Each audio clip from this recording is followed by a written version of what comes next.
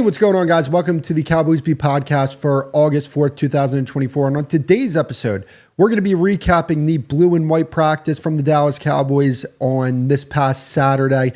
But before we get into the video, please make sure to hit that like button, subscribe. I would greatly appreciate that. Without further ado, let's get into the episode. So as we always do, we are going to dive into some notes from the practice from Kyle Yeomans. You can find him on X at Kyle_Yeomans, YOUMANS. Okay, so hashtag Cowboys Camp Practice 7. Most intense practice to date. Lots of physicality, lots of snaps. Zimmer was dialing up pressure from the linebackers. Carson Bland Lewis shined at cornerback. Dak made some great throws. Receivers didn't have much separation, and they set the edge better overall. So I want to first start off this episode by just talking about how good the Cowboys have been in training camp so far. The Cowboys have had a great training camp so far, and it's funny, the message that you're hearing from ESPN, FS1, opposing fan bases, people that do podcasts on the NFL, and what's actually going on in the Cowboys building and at these training camp practices are completely different. You're hearing a lot of negativity from the ESPN FS1 types, but then when you watch these practices and you hear all of the good things coming out of these practices and how well these rookies have shown themselves to be very early in their career, and the young players that are really making improvement year after year from previous years, you start to realize that this team is actually going to be a lot better than people realize. I hear a lot of people say that they're not going to be a playoff team. I think that's ridiculous. This is one of the very best teams in the NFC. They still have as much talent as pretty much anybody else in the conference.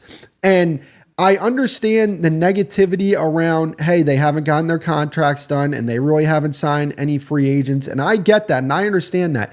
But the demeanor within this football team, within this locker room is, hey, we're going to win a bunch of football games. Forget the noise on the outside. And I credit the leaders of this football team, Mike McCarthy, somebody I've been very critical of in the past, Mike Zimmer, Dak Prescott. The leaders on this football team have kept these guys focused, and this team looks primed to have a very good season this upcoming year.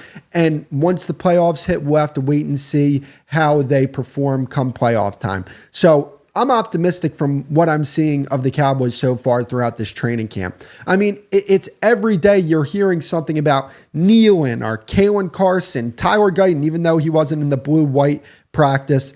You hear how well he's looked so far as a rookie, or how good he's looked so far as a rookie. You're hearing about Tolbert making this third-year leap, all the wide receivers that are making plays, and Mike Zimmer and what he's doing with this defensive scheme. It's all really good. There's not much negative coming out of this camp so far other than, hey, Mazi Smith doesn't look like he's making that improvement that we hoped that he would make. Trey Lance is struggling, right? I'm trying to think of other negatives that I've been hearing. The defensive tackle room as a whole doesn't look to be something that fans should be excited about. So there are a few things that we have to look at and make sure that the Cowboys address come this season, to where we say, like, hey, like, I'm not too worried about Trey Lance struggling in a training camp because he's not your starting quarterback. You know, it is what it is. Hopefully he doesn't struggle come preseason time and he shows a team something to make them want to trade an asset for Trey Lance's services. I hope that that's the case. I hope that Mazi Smith improves, but if he doesn't, I feel like you can go find somebody that can do the job that you wanted Mazi Smith to go do. While Mazi Smith's still behind that person, let's just say you go get a Linval Joseph. Hey, we get Linval Joseph and now Mazi Smith is the backup to Linval Joseph. I'm cool with that, right? It's not hard to find one techniques in this league. It's really not. The Cowboys traded a sixth and a seventh round pick for Jonathan Hankins, and then they got a seventh round pick in return. I don't know the exact specifics off the trade off the top of my head, but he was a really good player for them, right? So you can fill that spot. The running back room is another one that you haven't heard rave reviews about so far throughout training camp. But overall, the message coming out of training camp is, hey, we're putting our heads down. We remember that Green Bay game. We remember that, and we're going to use that as motivation for this upcoming season. Now, by no means am I sitting here promising you guys anything that this team hasn't done in the past. I'm not sitting here saying expect a conference championship appearance, even though the expectation for me is that because of the talent that they have on this team. I have a tremendous amount of respect for the talent that they have on this team. So because of that, I'm going to expect that from you. Not saying that it's going to happen, but the expectation needs to be higher than what some people are expecting from this team. I would rank their talent, especially when you look at the top of the team that they have, I'd rank it up there with San Francisco for how much talent, like the level of talent they have. And it's not just, hey, it's all on the offensive side of the ball. Like, no, they have good players on both sides of the ball. They have a lot of good players on both sides of the ball, and they have elite players on both sides of the ball. And that means something. This is a balanced football team. Granted, we can all criticize what they did in free agency, and I think that needs to be a separate thing that people criticize them about. Keep it just strictly to the fact that, hey, we feel like you have a window and you're not capitalizing on your opportunity. That's the criticism that needs to be put forward from this team. But overall, when you look at this roster as a whole, it's still very deep on both sides of the ball. Are there areas that they need to improve on? Sure, absolutely. But at the same time, just, and by the way, that's a thing that is not just exclusive to the Cowboys. Every team has things that they want to improve on. It's not exclusive to the Cowboys. It's just we're fans of the team, so we pay more attention to this. So we're panicking more about this defensive tackle room. Meanwhile, there are other teams that are panicking about other aspects of their team, unless you're an Eagles fan, because they're the most delusional fans in the world. They think everybody in every position they have is just best in the league. Very delusional fan base. But if you are a realistic fan base, you realize that there's flaws with every team that there is out there. There's going to be flaws in your team. Now, the Cowboys need to do something to work on those flaws, right? And to me, that's adding guys at these positions. The running back room, we'll see how it is. You can kind of work around the running back room, right? If it's blocked up well, if it's schemed well, you don't need elite running backs to have a good running game. The Cowboys do not need an elite running game. They don't. They just need an effective running game that can take a little pressure off Dak in this passing attack, because this passing attack is going to be asked to do a lot this upcoming season. You need to scheme things up better to where, hey, we can give the ball to Rico Dowdle and we feel like he can average 4.2 yards per attempt. And not only that, get us around 1,000 yards while also having Ezekiel Elliott there and serving a purpose. And hey, maybe you can go get us 1,000 all-purpose yards like he got New England last year. And Brian Broaddus made a great point when he was on the broadcast for the blue and white practice. New England's offense was not good last year. So the thing that really stands out about Ezekiel Elliott and his game is his ability to be a good short yardage back when it comes to, hey, 3rd and 1 or, by the goal line. He can punch it in. New England wasn't getting to the goal line like that. They weren't a good offense. They did not have a good offense last year. So even still, Zeke was an effective player for the New England Patriots, right? 1,000 all-purpose yards, 600 on the ground, another 400 or around 400 receiving. He had more receiving yards, or I think he's the receiving numbers were very identical to Jahmyr Gibbs. So he's going to be able to contribute for this team. And I'm not trying to sit here and sell you on this running back room. Personnel-wise, it's not great, but there's ways you can work around that personnel. Now, defensive tackle, I do think they need to address that. I absolutely think they need to address that with 2 guys, not just one. Go get 2 guys.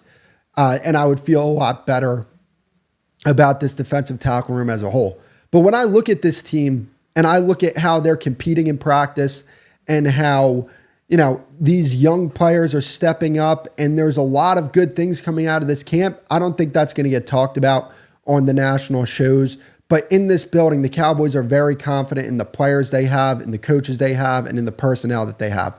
Now, I don't necessarily agree with them when it comes to the head coach, right? I'm not too confident in him. But at the same time, maybe he can prove me wrong. I hope I'm wrong. And I want people to understand that. When I'm critical about a player or a coach, I hope I'm wrong. I don't take a victory lap when I'm right, when I'm trying to be wrong. Like when I'm negative about somebody, I don't take a victory lap if I get proven right, because at the end of the day, I am a fan of this football team. I'm not going to sit here and say, I told you guys. I don't want to say that. I want Mozzie Smith to be Dexter Lawrence. I want Trey Lance to be Patrick Mahomes. What is the realistic possibility with that being the case? It's not realistic. And that's what I'm trying to tell you guys. Prove me wrong. I'm all for it. But at the end of the day, I do have to provide honest commentary, or just like one of the Eagles content creators who I think do a very poor job of providing honest commentary for their fan base. So their fan base goes on social media, and I just brushed my teeth not too long ago. It's like it's like dry in my throat right now. But yeah, you hear their fans, they go on social media and they look stupid. They look ridiculous when they talk about football. But that's besides the point. That is a topic for another day. Overall, I am very optimistic about this team. I understand the, not being aggressive in free agency and not getting these contract extensions done. But overall, that doesn't mean that they're a bad football team. They're still really good, and I expect a very fun season from them this upcoming season. So one takeaway I got from the blue-white practice, by the way, you can watch this on YouTube. Go on to Dallas Cowboys, their YouTube page, hit the live tab, and you can view this practice if you want to. Go to about the 1 hour and 14-minute part if you want to watch the 11 on 11s. A lot of it is like interviews from McCarthy and Zimmer and Schottenheimer and those guys. Go to the 1:14 mark in the video, 1 hour and 14 minutes, but that's besides the point. So my biggest takeaway is Mike Zimmer is going to be great for this Cowboys defense. I believe he is what this Cowboys defense needed. You see during this practice that he's doing a great job dialing up blitzes. He's doing a great job on the back end with the coverage, disguising things pre-snap, giving the quarterback a different look post-snap. That's going to help this defense out a lot, because a big problem that I had with this defense as a whole over Dan Quinn's regime is that they weren't disciplined and they were basic. They did not disguise things on the back end. It was a lot of, hey, we need to go get turnovers, and if we don't get turnovers, this is going to be a problem for our defense. They didn't really have an identity that you can rely upon if they weren't getting turnovers, and that was their identity. I feel like the identity of this Cowboys defense under Mike Zimmer is going to be discipline. And if that's the case, that's a formula for success come January and hopefully February if this team's still playing by then. That's the type of defense that's going to get you to where you want to be. And they have the personnel on this defense to be a very good defense. They have players at all levels of the field. They need to improve at defensive tackle. That's fair. I think they have the ability to do that. They can go out, sign a guy, trade a guy, and it's an upgrade in that defensive tackle room. Maybe it's not great, but it's better than what you have. Maybe it's just an average defensive tackle room. But when you look at all the other units around them, you look at the defensive ends with Lawrence and Parsons, the linebacker room looks like it's going to be much improved. There's a lot of talent in that room. The secondary, I think, is going to be the strong point of this defense, and it's one of the best secondaries in the entire NFL. So this defense is going to play at a very high level. And a problem that I had with Dan Quinn's defense is discipline when it comes to penalties, when it comes to not filling your run fits against the run. I think this defense is going to be much improved against the run. And I think a big reason why is because they're going to have actual linebackers playing linebacker. They're not going to have Marquise Bell playing linebacker. They're not going to have Jaron Kearse playing Mike linebacker, because those aren't the positions those guys play. They're not linebackers, so they should not be playing linebacker. Now you see guys like Kendricks, even though he wasn't in the blue and white practice, but you see Leofau making plays all over the field. This guy looks like he's shot out of a cannon. You see Overshown. Damone Clark looks a lot better throughout this training camp. These are good things. These are things that you want to see. And I believe Mike Zimmer is the guy that's going to give you that extra push that this defense needed over the past few years. They've been a talented unit.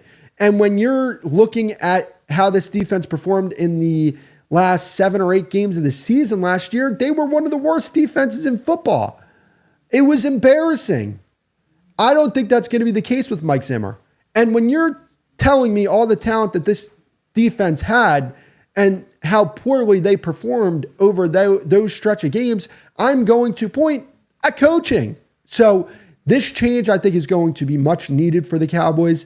I think you're going to see a much more consistent defense, a much more reliable defense. They're not going to give up as many big plays as they have in the past. Maybe they don't get as many turnovers, but guys, I think I've talked about this in the past. Under Dan Quinn, the first 2 years, they had 34 and 33 turnovers, both in 21 and 22. 23, I believe they had 24 total turnovers, either 24 or 26. They ranked 13th in the league. The regression in turnovers already happened. It happened in 2023. So if the Cowboys regress in turnovers from the height of Dan Quinn, even if they regress in turnovers from what they had last year, I think they're going to be more disciplined on defense. I believe that they're going to, you're going to see, hey, there's not going to be a 13-play drive where you get a turnover. It's going to be 6 plays and you're done. Now, I understand that's not going to be every defensive drive. I get that. But what would you rather have? 13-play drive and a turnover, or a 6-play drive and you force a punt? And instead of your defense being on the field for an extra 7 plays, your offense is on the field for an extra 7 plays. What would you rather have? Ask yourself that question. Just because this team might regress in turnovers doesn't mean that this defense is going to take a step back at all. Because I think turnovers are overrated. They really are. If you're not playing fundamentally sound defense and you're giving up big plays, I don't care how many turnovers you get. Because ultimately you're going to get exposed, which is what the Cowboys defense did against the Green Bay Packers. So, yeah, I think this defense is going to be a lot better than what it was last year. So for the final topic of the show, I want to get into these rookies and how well they performed over the course of this training camp so far. We've seen Tyler Guyton go up against Micah Parsons, and he's had a good training camp so far. You like what you've seen from Tyler Guyton. He looks like he can be a starting NFL left tackle day one, and that's ultimately what you wanted to see from this training camp. Now, he has been out the last 2 days with an illness, so I believe he'll probably be back at practice on Monday. But all you're looking for from Tyler Guyton year one, just be a starting left tackle. That's all you need.